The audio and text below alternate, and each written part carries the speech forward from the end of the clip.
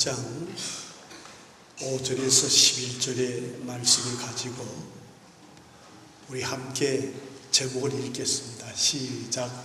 침묵하지 말고 말하라. 침묵하지 말고 말하라. 이 말은 뒤집으면 우리가 나가서 전도하라는 말이에요.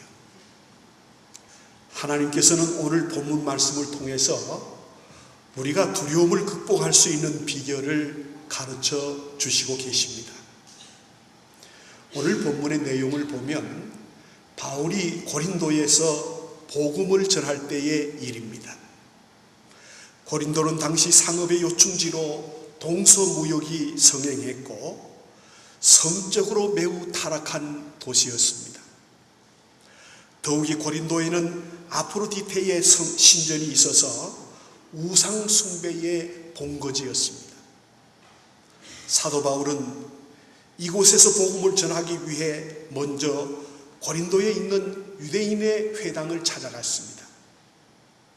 바울은 구약 성경의 탁월한 전문가였기 때문에 멋지게 구약 성경을 해석해 주었습니다. 결론적으로 예수님이 그리스도요 하나님의 아들이며 메시아라고 그렇게 분명하게 전했습니다. 그런데 이 말을 듣고 있던 사람들은 분노했고 여기저기에서 고함을 지르기 시작합니다. 저 사람이 누구야? 어서 빨리 강단에서 끌어내려. 아니요, 저분의 말씀을 조금 더 들어봅시다. 은혜와 감동이 넘쳤던 회당은 한순간에 아수라장이 되었습니다. 갑자기 힘있는 청년들이 강단으로 올라와서 바울의 팔을 잡고 억지로 끌어내렸습니다. 유대인들은 한순간에 돌변하여 바울을 돌로 쳐서 죽일 것만 같았습니다. 그래서 바울은 디도 유스드라는 사람의 집에 간신히 피했습니다. 바울의 가슴은 계속해서 벌렁거렸고 진정이 되질 않았습니다. 저녁에 잠자리에 들었으나 잠이 오질 않았습니다. 이제 그는 일어나 무릎을 꿇고 하나님께 조용히 기도합니다. 하나님, 이래도 복음을 전해야 합니까? 이들은 마음에 문이 열려 있지 않습니다. 그들을 생각만 해도 치가 떨립니다. 저는 분명히 예수님을 전했으니 전하는 자의 사명을 다 했습니다. 저는 할 일을 다 했으니 깨끗합니다. 이제 미련 없이 이 고린도를 떠나겠습니다. 바울은 그들과는 더 이상 상관하지 않겠다고 그들 앞에서 옷을 털었습니다. 그런데 그 밤의 환상 가운데 하나님께서 나타나셔서 말씀하십니다. 그리고 격려하시며 이렇게 당부하십니다. 두려워하지 말며 침묵하지 말고 말하라. 두려워하지 말고 말며 침묵하지 말고 말하라. 이 말씀의 뜻이 무엇입니까? 그들을 두려워하지 말고 담대하라는 것입니다. 주저하지 말고 그들을 다시 찾아가서 입을 열어 복음을 전하고 그들이 하나님의 품으로 돌아올 때까지, 그들이 예수 그리스도를 영접할 때까지 그곳에 머물라는 하나님의 말씀이었습니다. 이 도시에서 계속 복음을 전하면 그들이 어떤 일을 행할지 모르는 것이었습니다. 더욱이 이 도시는 타락한 우상의 도시로 전도의 효과가 없는 도시였습니다. 그런 확신이 바울에게 있었습니다. 아프로디테 신전이 버티고 있는 이상, 악한 영의 견고한 전이 무너지지 않는 이상 이곳에서 복음을 전하고 영혼을 구할 수 있는 가능성은 희박해 보였습니다. 그럼에도 불구하고 우리 하나님은 왜 두려워하지 말라고 말씀하십니까? 왜 침묵하지 말고 복음을 전하라고 말씀하십니까? 하나님의 종은 비난을 받아도 괜찮다는 그런 것입니까? 아닙니다. 하나님께서 그 이유를 다시 잘 설명하십니다. 사도행전 18장 10절에 보면 이렇게 말씀하십니다. 우리 함께 읽겠습니다. 내가 너와 함께 있음에 어떤 사람도 너를 대적하여 해롭게 할 자가 없을 것이니 이는 이 성중에 내 백성이 많음이라 하시더라. 아멘. 담대하게 복음을 전해야 할 이유가 두 가지입니다. 첫째는 하나님이 함께 하시기 때문입니다. 아무도 그를 해치지 못한다고 했습니다. 두 번째는 이 성중에 하나님의 백성이 많이 있다는 것입니다. 이 성중에 내 백성이 많음이라. 이 성중에 내 백성이 없다면 침묵을 해도 좋고 떠나도 좋지만 이 성중에 하나님의 백성이 많다고 말씀하십니다. 이 성중에 하나님의 계획이 있고 지금 그 계획을 하나님께서는 실행하고 있다는 것입니다. 바울이 말을 잘해서 구원의 역사가 일어나는 것이 아니라 그가 고린도에 도착하기 전에 이미 하나님께서 이 구원 사역을 계획하시고 진행하고 있으며 단지 바울의 말을 사용하시기를 원하신다는 것입니다. 그러니까 너는 두려워하지 말고 그들을 찾아가서 만나라는 것입니다. 침묵하지 말고 복음을 전하라는 것입니다. 바울이 입을 열어 전하면 하나님께서 그 말을 사용하여 예수 그리스도를 영접하고 그들을 하나님의 백성으로 삼으시겠다는 말입니다. 이것이 바로 하나님의 마음이요 섭리인 것입니다. 계획인 것입니다. 그러면 하나님께서 계획을 세우시고 실행하고 있다는 증거가 무엇입니까? 그 증거가 첫 번째는 좋은 동력자를 하나님께서 바울에게 붙여주셨습니다. 하나님께서 그의 동력자로 우리가 아는 대로 브루스길라와 아굴라를 붙여주신 것입니다. 이들은 유대인 디아스포라였는데 본래 로마에서 생활을 하고 있었습니다. 오늘 본문은 이들이 어떻게 이 고린도에 오게 되었는지 그 과정을 자상하게 소개하고 있습니다. 그들이 살고 있는 로마에 대폭동이 일어났고 그 배후 세력이 유대 출신의 기독교인들로 지목이 되었습니다. 그리고 로마 형제 글라우디오가 유대인 추방 명령을 내렸습니다. 결국 이들은 정든 로마를 떠나지 않을 수가 없었습니다. 만약에 그렇지 않았다면 그들은 고린도를 찾지 않았을 것입니다. 하나님께서 이방의 황제를 통해서 그들이 고린도로 찾아오게 하신 것입니다. 이것은 브루스길라와 아굴라 부부가 바울의 동력자가 되어 고린도에 복음을 전하도록 하시는 하나님의 깊은 섭리였습니다. 그들이 얼마나 좋은 동력자였고 헌신된 부부였습니까? 바울은 로마서 16장 3절에서 4절 말씀에 이렇게 그들을 평합니다. 우리 함께 읽겠습니다. 너희는 그리스도 안에서 나의 동력자들인 브리스길라와 아굴라에게 문안하라. 그들은 내 목숨을 위하여 자기들의 목까지도 내놓았나니 나뿐만 아니라 이방인의 모든 교회도 그들에게 감사하느니라. 아멘. 바울에게 브리스와 아굴라라는 귀한 동력자를 주셨는데 얼마나 바울을 위하여 저들이 이랬느냐 하면 저들의 목숨까지도 바울을 위하여 내어주겠다는 그런 각오를 가진 귀한 동력자들이었습니다. 사도 바울은 이 말씀을 생각하면서 눈에서 눈물이 솟구쳐 올랐습니다. 하나님께서 계획하시고 하나님께서 일하고 계시구나. 그는 다시 일어났을 수 있었습니다. 하나님이 일하시고 있다는 사실을 다른 증거 하나는 또 무엇입니까? 두 번째는 회당장 그리스도가 예수님을 구주로 영접했습니다. 그리스도는 유대교의 존경받는 영적인 지도자였습니다. 다른 사람들은 예수님을 영접해도 회당장은 그 나라의 법에 의해서는 그럴 수 없습니다. 존경받는 인격자요 지도자이기 때문에 회당장이 예수를 믿는다는 것은 있을 수 없는 일이었습니다. 그런데 회당장이 예수님을 나의 주인으로 영접을 했습니다. 이것은 전적인 하나님의 역사였습니다. 이것은 지금 고린도에서 하나님께서 일하고 계시다는 사실을 증거하는 말씀입니다. 그뿐만이 아닙니다.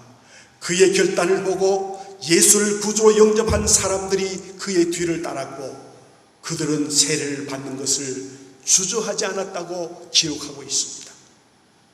오늘 본문 8절이 이렇게 증거합니다. 우리 함께 읽겠습니다.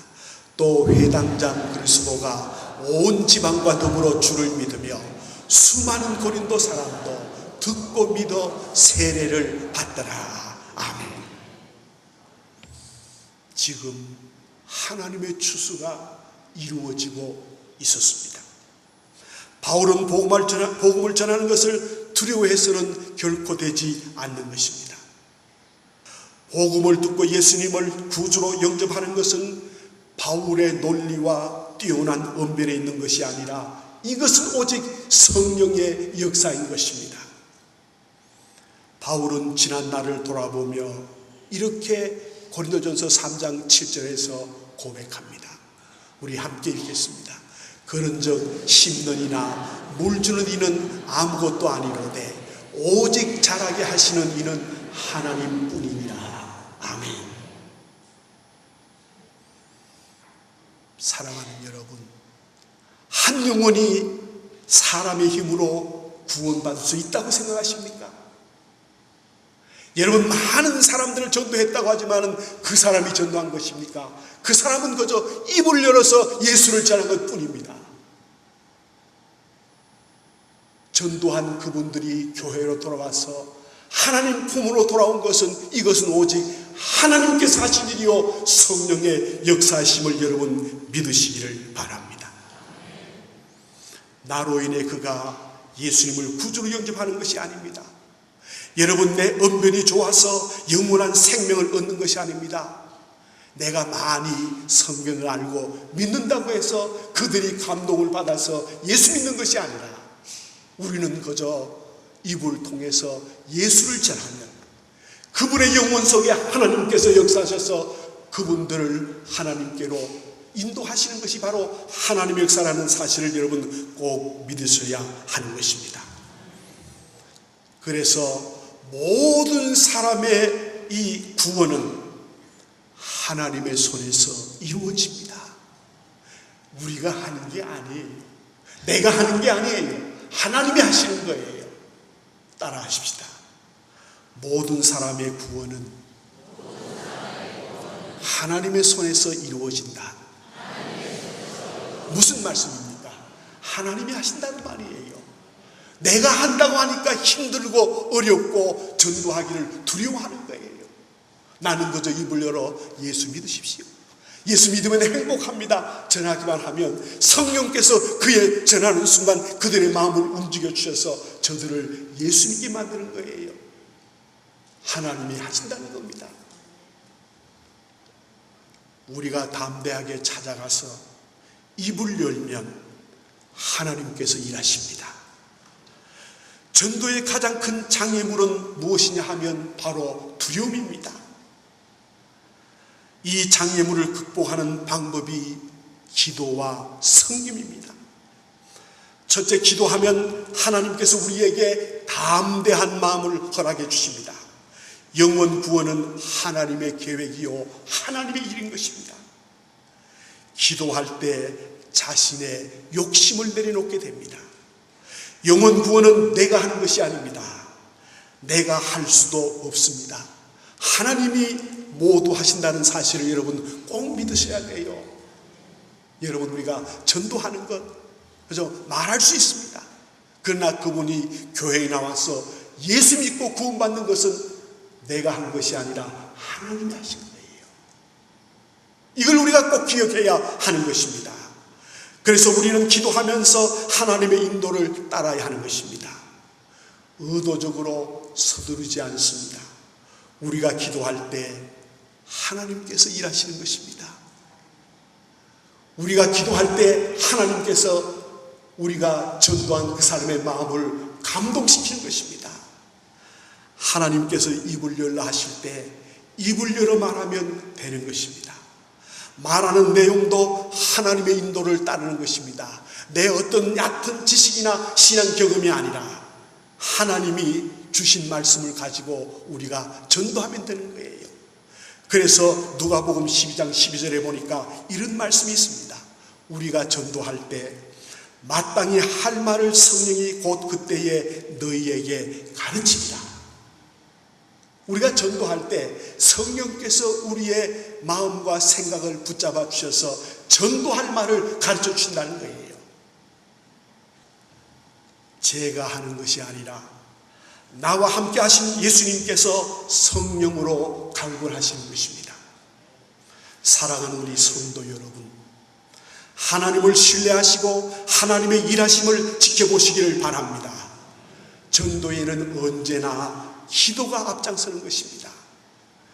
기도 없이 가면 전도는 실패하지만은 기도하고 가면 반드시 전도는 승리하게 되는 것입니다. 두 번째, 두려움을 극복하는 비결은 바로 섬김입니다. 섬기려는 마음을 가지는 순간 두려움이 우리 곁을 떠나갑니다. 우리가 이 선물을 전하라고 하는 것도 마찬가지입니다. 여러분, 우리가 다른 사람들에게 주는 선물 가운데 가장 영원한 귀한 선물은 바로 예수를 가르쳐주는 생명의 선물인데, 이 선물은 먼저 작은 선물로 그들을 섬기는 것입니다. 잠언서 18장 16절에 보면 사람의 선물은 그의 길을 넓게 하며 또 존귀한 자 앞으로 그를 인도하느니라. 선물은 서로 간의 관계를 친밀하게 만드는 것입니다. 정겨운 선물은 서로 간의 관계를 아름답게 만드는 것입니다. 평소 대화 없이 냉랭하게 지나던 옆집 사람도 어느 날 찾아가 깍듯이 인사를 하고 선물을 전하게 된다면 아마 그 냉랭하던 관계가 화해스러운 관계로, 좋은 관계로 변하게 될 것입니다.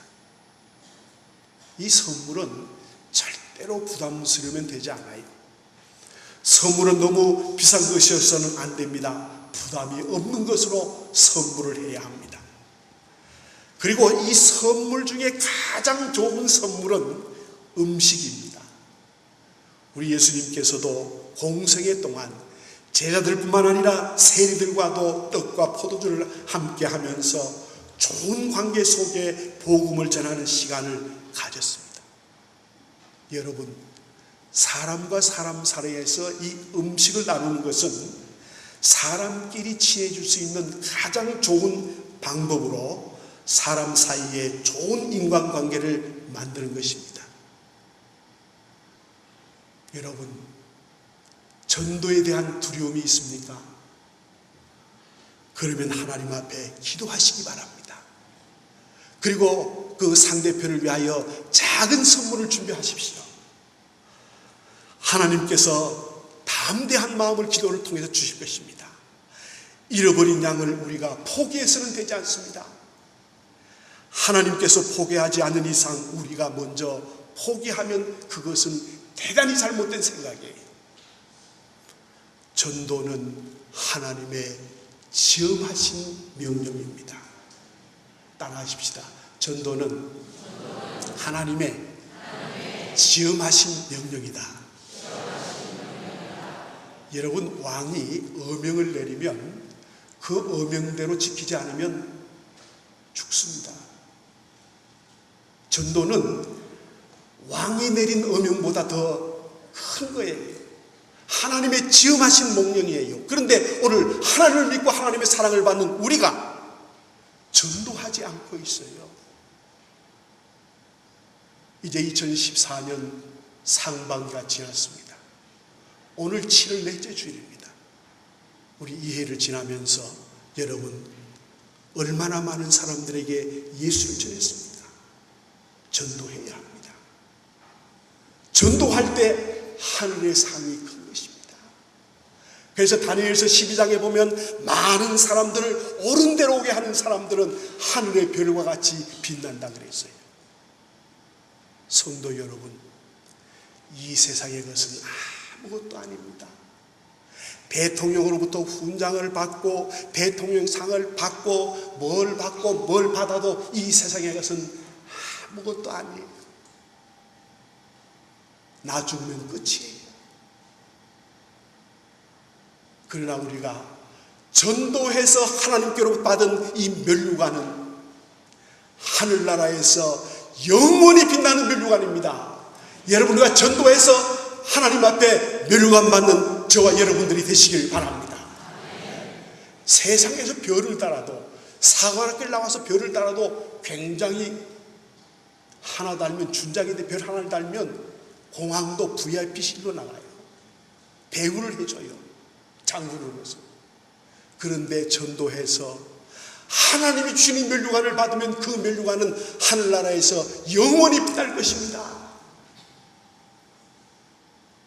이런데도 우리가 전도하지 않고 있습니다. 전도하지 않는 사람은 하나님을 사랑하지 않는 사람이에요. 하나님은 우리에게 전도하라고 말씀하십니다. 그런데 오늘 우리 한국교회가, 우리 서문교회가 전도하지 않고 있습니다. 무서운 일입니다. 상상할 수 없는 일입니다.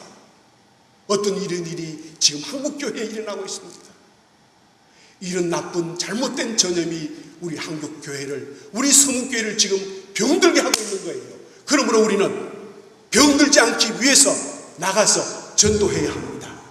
전도하지 않는 사람들은 다 병든 사람들이에요. 암보다도 무서운 병에 들어서, 영적인 병에 들어서 지금 헤매고 있는 사람들이에요. 얼마나 많은 사람들이 우리 주위에서까지 예수 믿지 않고 사는 사람들이 얼마나 많이 있습니까? 이분들을 바라볼 때 우리가 불쌍히 여기는 마음을 가지고 저들에게 전도해야 하는 것입니다. 전도는 어려운 것 아닙니다. 말할 수 있는 사람은, 친구가 있는 사람은 할 수 있습니다. 친구에게, 야, 예수 믿자. 내가 예수 믿어보니까 좋더라. 이게 전도예요. 그러면 하나님께서 그 말을 할 때 그의 마음을 성령의 감동으로 움직여 주셔서 하나님께 나오게 되는 거예요. 내가 하는 것 아니에요. 여러분, 씨를 뿌려 놓으세요. 자, 농부가 봄에 씨를 뿌려 놓으면 그 씨를 자라게 하시는 분 누구예요? 하나님이세요. 농부가 물을 주지 않아도 하나님이 싹이 나오게 하시고 잎이 피게 하시고 열매를 맺게 하시는 거예요. 우리가 말의 씨를 뿌려놓고 전도하면 하나님이 그 영혼을 키워나가시는 거예요. 전도는 쉬운 겁니다. 말할 수 있는 사람도 할 수 있어요. 말할 수 없는 사람, 벙어리도 신용을 하면 되죠. 예수 믿으면 구원받다 이렇게 하면 되잖아요. 성도 여러분, 우리 이웃을 향하여, 불쌍한 영혼들을 향하여 전도하는 우리 서문의 모든 성도들이 되시기를 주님의 이름으로 축복합니다. 전도하십시다. 전도해요.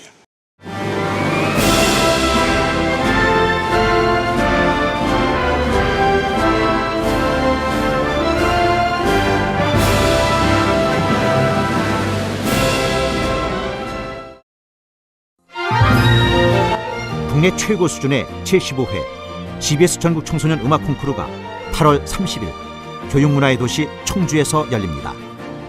피아노와 관악, 현악, 성악, 작곡, 대학 일반부 성악 등 6개 부문에 걸쳐 기량을 겨루는 GBS 전국 청소년 음악 콩쿠르 대상엔 문화체육관광부 장관상과 상금 500만 원이 주어집니다.